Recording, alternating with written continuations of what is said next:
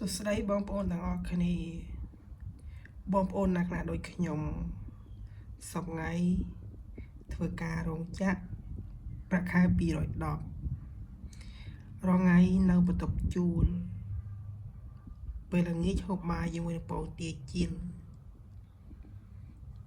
គ្មានសល់លុយគ្មានសល់កាក់សន្សំទៅបងប្អូនសួរថាប្រាក់ខែ210ថៅចំណាយទៅលើអីខ្លះថ្លៃបន្ទប់ជួលថ្លៃទឹកភ្លើង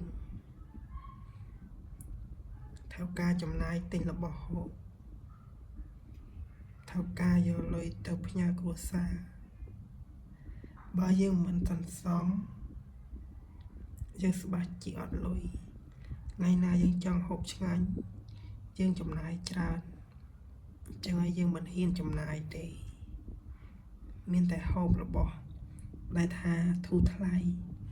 របស់ដែលធូរថ្លៃគឺមានតែពងទាពងមាន់នេះហើយដែលទិញទុកគឺវាជួយកាត់បន្ថយការចំណាយយើងជីវិតគឺវាពិបាកប៉ុន្តែនៅមានគេពិបាកជាងនេះទៀតយើងអាចមានហូបមានអីប៉ុណ្ណឹងវាគួរសមប៉ុន្តែបងប្អូនខ្លះគាត់ពិបាកជាងយើងដូច្នេះហើយយើងមិនត្រូវបាក់ទឹកចិត្តទេយើងត្រូវតែបន្តប្រឹងតស៊ូខំ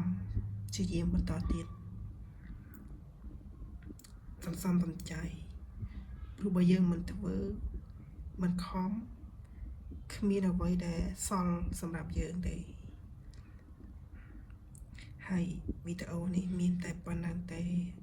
អរគុណបងប្អូនទាំងអស់គ្នាជាពិសេសបងប្អូនកម្មការនេះរោងចក្រដែលគាត់ធ្វើការទទួលបានប្រាក់ខែគោល210ដូចជាខ្ញុំនេះឯងអញ្ចឹងហើយយើងត្រូវតែអត់ធ្មត់តស៊ូទោះបីជានៅកន្លែងការងារគេស្ដីឬក៏មានសម្ពាធបែបណាក៏ដោយ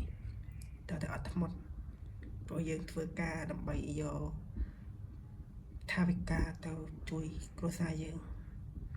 វីដេអូនេះមានតែប៉ុណ្្នឹងឯងបងប្អូន